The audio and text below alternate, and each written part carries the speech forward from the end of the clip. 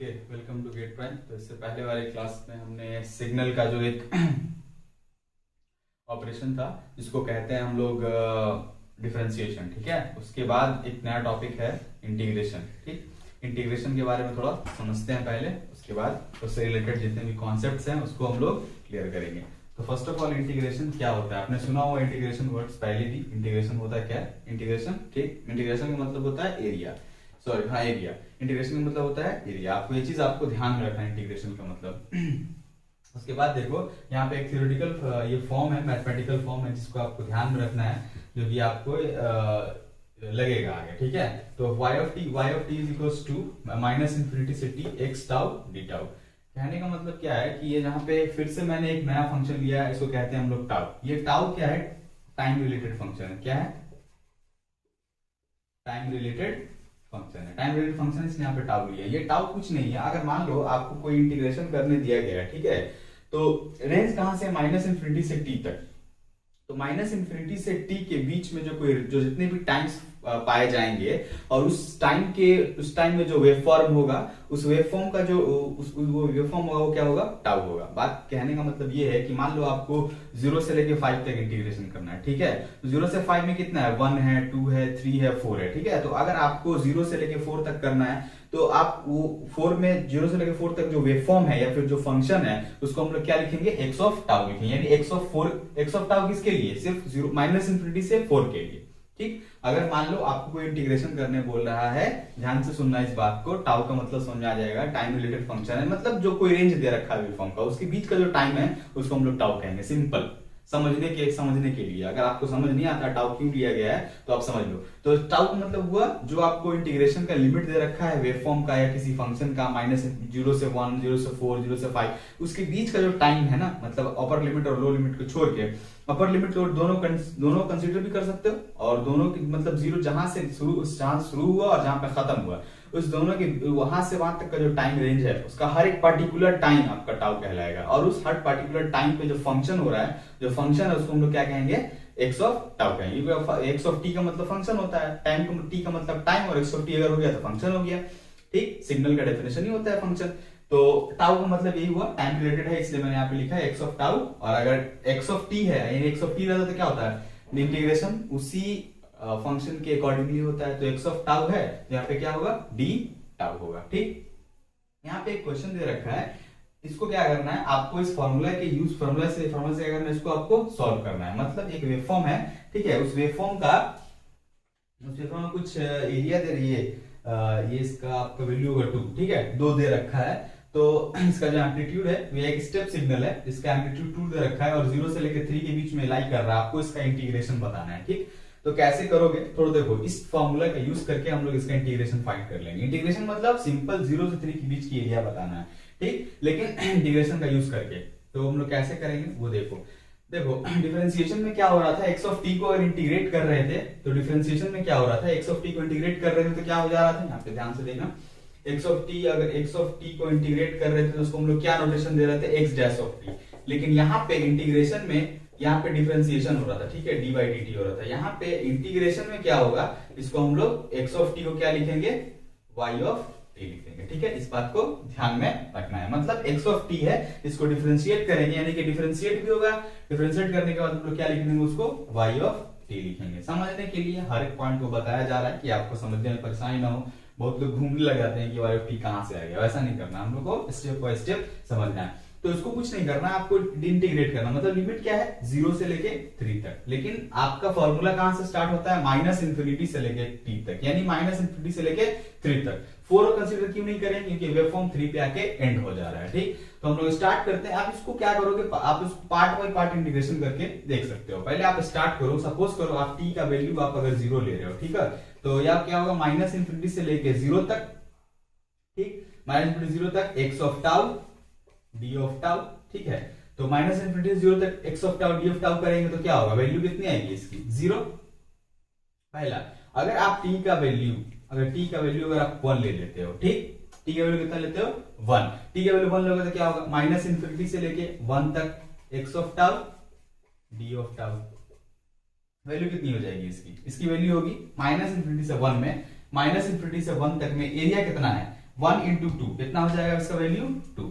ठीक, उसके बाद अगर आप t इज इक्वल टू 2 ले लेते हो, ठीक है, t इज इक्वल टू कितना लेते हो 2, तो क्या होगा माइनस इंफिनिटी से लेके 2 तक x of tau d tau, इसकी वैल्यू कितनी होगी माइनस इंफिनिटी से 2 तक में कितना वैल्यू होगा 2 इंटू 2 कितना हो जाएगा 4।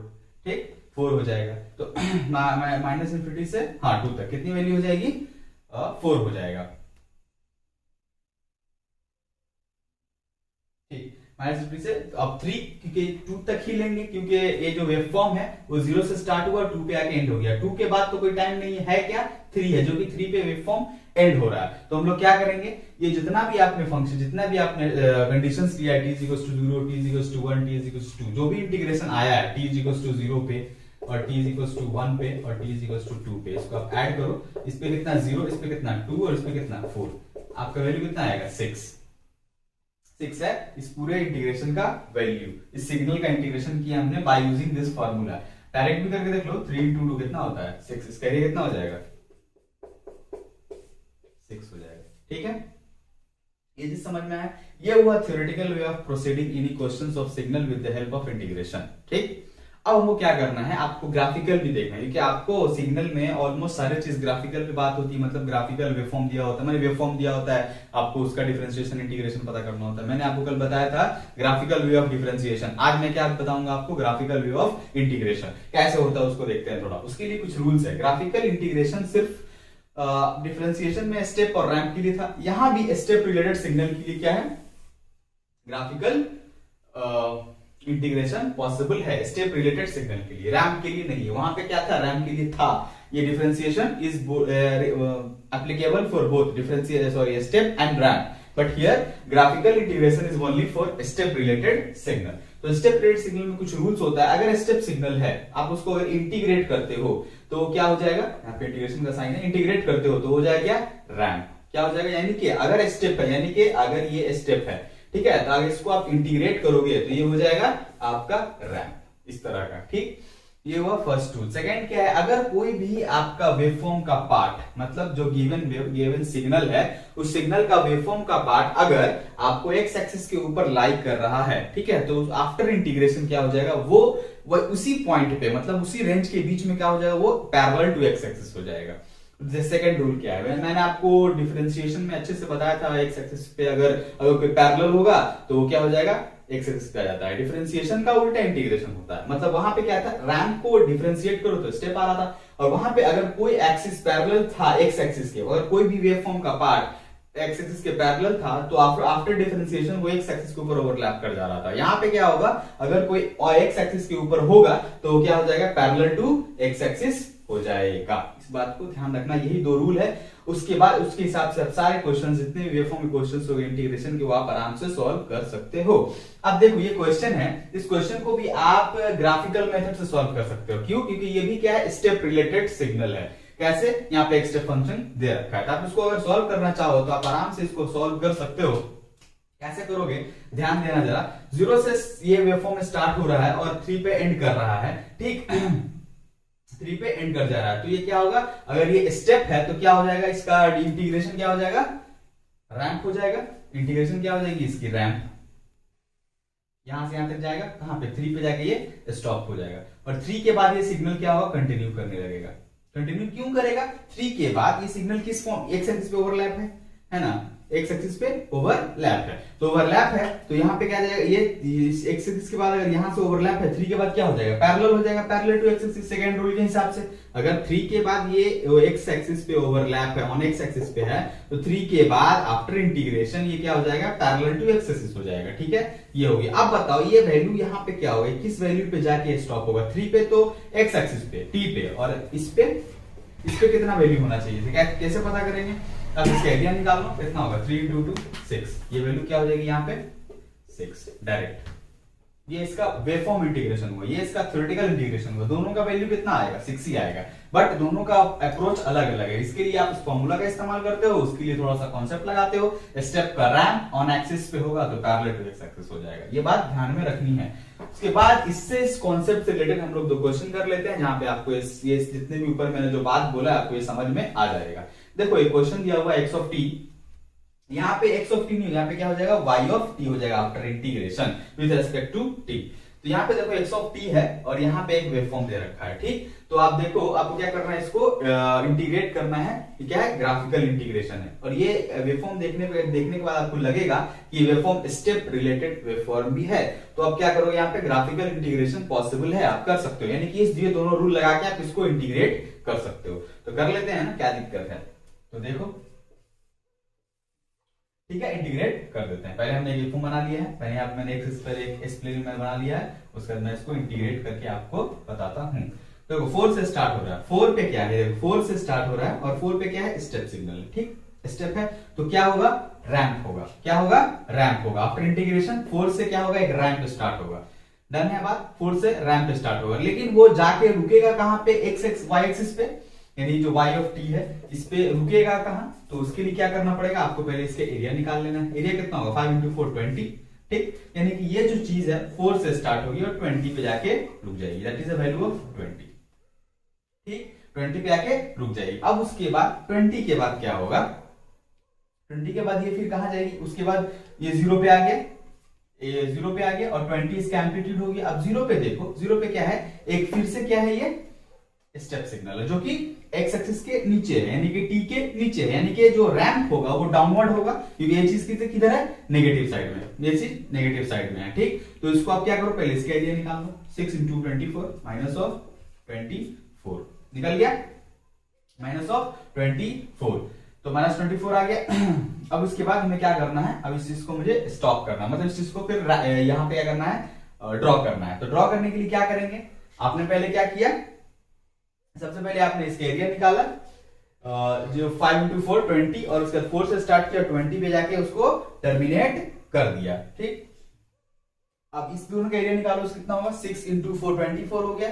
अब यहां से 20 चलेगा, ठीक है, और 6 पे आके रुकेगा।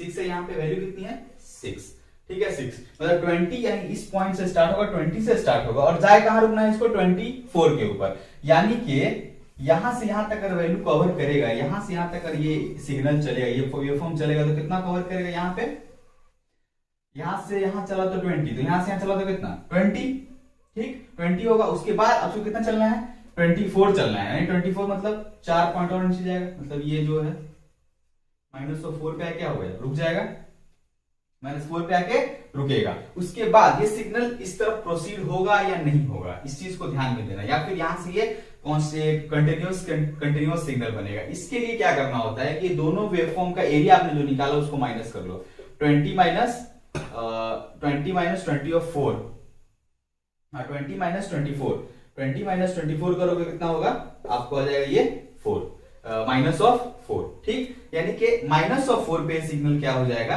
-4 पे सिग्नल क्या हो जाएगा, यहां से कॉन्स्टेंटली चलने लगेगा, ठीक। तो रूल क्या है, पहले आपको क्या करना है, वेवफॉर्म का एरिया निकाल लेना है और जिस पॉइंट से वेवफॉर्म स्टार्ट हो रहा है वहां से आपको एक स्टेप है तो रैंप स्टार्ट करना है और जहां पे जितना एरिया है वहां पे जाके इसको रोक देना, मतलब उस एम्पलीट्यूड पे जाके आपको रोक देना। उसके बाद सेकंड देखना है, सेकंड में क्या है, 24 है, ठीक है। आपको क्या करना है, यहां से स्टार्ट करना और 6 पे यह चीज कहां जा रही है, स्टार्ट हो रही है 0 से और 6 पे खत्म हो रही है सिग्नल, स्टार्ट 0 से और 6 पे खत्म हो रही है, तो ये भी यहां से स्टार्ट होगा, 20 से स्टार्ट होगा, कहां खत्म होगा, 6 पे खत्म होगा। लेकिन आपको क्या करना है कि ये सिग्नल कहां तक प्रोसीड होगा, 6 के बाद जाएगा नहीं जाएगा, उस चीज को चेक करना है। मतलब 6 के बाद ये चीज या यहाँ पे स्टॉप हो जाएगी, यहां से आगे भी बढ़ेगी, तो उसके लिए क्या करना है, आपको 20 माइनस 24 करना है, यानी कि जो एरिया फर्स्ट था सेकंड है दोनों को माइनस करना है, जितना वैल्यू आएगा उस वैल्यू पे जाके वो क्या हो जाएगा, सिग्नल स्टॉप हो जाएगा। यानी कि ये जो 6 पे स्टॉप नहीं होगा, यहां से आएगा और 4 पे -4 पे स्टॉप होगा और -4 पे स्टॉप होने के बाद ये सिग्नल यहां से कंटिन्यू कर जाएगा। मतलब आपको जो इसका कंटिन्यूटी निकालने के लिए, मतलब सिग्नल कहां से कंटिन्यू होगा, उसके लिए क्या करना पड़ेगा, दोनों एरिया को माइनस डिफरेंस निकालना पड़ेगा दोनों एरिया का। उसी तरह से सेकंड क्वेश्चन है, तो सेकंड क्वेश्चन के लिए भी क्या करते हैं, एक हम लोग बनाते हैं, ठीक, एक हमने एक एक्सप्लेन ले लिया। उसके बाद ये देखो 0 से स्टार्ट हो रहा है और 4 पे खत्म हो रहा है, तो 0 से स्टार्ट हो रहा है 4 पे खत्म हो रहा है, तो क्या करेंगे, ये एक स्टेप सिग्नल है, आप पहले इसका क्या करो, एरिया निकाल लो, 20 हो गया, इसका भी एरिया निकाल लो, ये 4 यानी ये भी 20 हो गया, ठीक। दोनों का एरिया 20, पहला काम खत्म। दूसरा काम क्या है, स्टेप है तो रैंप होगा, 0 से स्टार्ट होगा, कहां पे जाकर खत्म होगा, 4 पे, ठीक है, 4 है, 4 पे जाकर क्या होगा, रैंप खत्म हो जाएगा। उसके बाद 4 के बाद क्या होगा, 4 के बाद ये 4 से स्टार्ट हो रहा है और 8 पे जाकर खत्म हो जाएगा। कितना है एरिया इसका 20। ठीक है, तो ये कहां पे जाकर रुकेगा, आपका रुकेगा ये 20 के ऊपर। ठीक, और फिर उसके बाद इस 20 से स्टार्ट होगा और कहां पे जाकर रुकेगा 8 पे, 8 के ऊपर, 8 पे रुक गया। ठीक, अब 8 पे रुकने के बाद कितना हुआ ये 8 पे रुकने के बाद अब ये सिग्नल इससे नीचे जाएगा या फिर यहां से कंटिन्यू करेगा, इस चीज को फाइंड करना है। कैसे करेंगे हम लोग, सेम रूल लगाना है, 20 माइनस 20 करो, कितना आएगा वैल्यू 0। मतलब यहां के बाद ये सिग्नल क्या हो जाएगा कांस्टेंट हो जाएगा यहां से, मतलब ये इस तरफ प्रोसीड करेगा, ये वाला प्रोसीड, ये वाला नहीं होगा, मतलब ये इस तरफ सेम लाइन में मूव नहीं करेगा, बल्कि यहां से क्या हो जाएगा एक्स एक्सिस की तरफ मूव करने लगेगा। ठीक है, इस बात को ध्यान देना, मतलब आफ्टर इंटीग्रेशन ये सिग्नल कुछ इस तरह का होगा, y ऑफ t और t के बीच का रिलेशन ये होगा। ठीक है, ग्राफिकल मेथड आपको समझ में आ गया होगा इस दोनों क्वेश्चन के हिसाब से। इसके बाद अब सारा क्वेश्चन बन जाएगा इंटीग्रेशन का, कोई प्रॉब्लम नहीं होगा। ठीक है, तो इंटीग्रेशन इज ऑल अबाउट, तो this is all about integration. Integration खत्म होता है, इसके बाद next property that is called convolution. ठीक है, कन्वोल्यूशन के बारे में हम लोग डिस्कस करेंगे, अच्छे से वक्त लगेगा उसमें, लेकिन हम लोग हर एक प्रॉपर्टी को डिस्कस करेंगे और अच्छे से समझेंगे। कन्वोल्यूशन में बहुत सारी प्रॉपर्टीज आती है, उसको हम लोग डिस्कस करेंगे। ठीक है, आज के लिए इतना ही रखते हैं, अगर कोई प्रॉब्लम हो तो पूछो कमेंट सेक्शन में, अदरवाइज थैंक यू।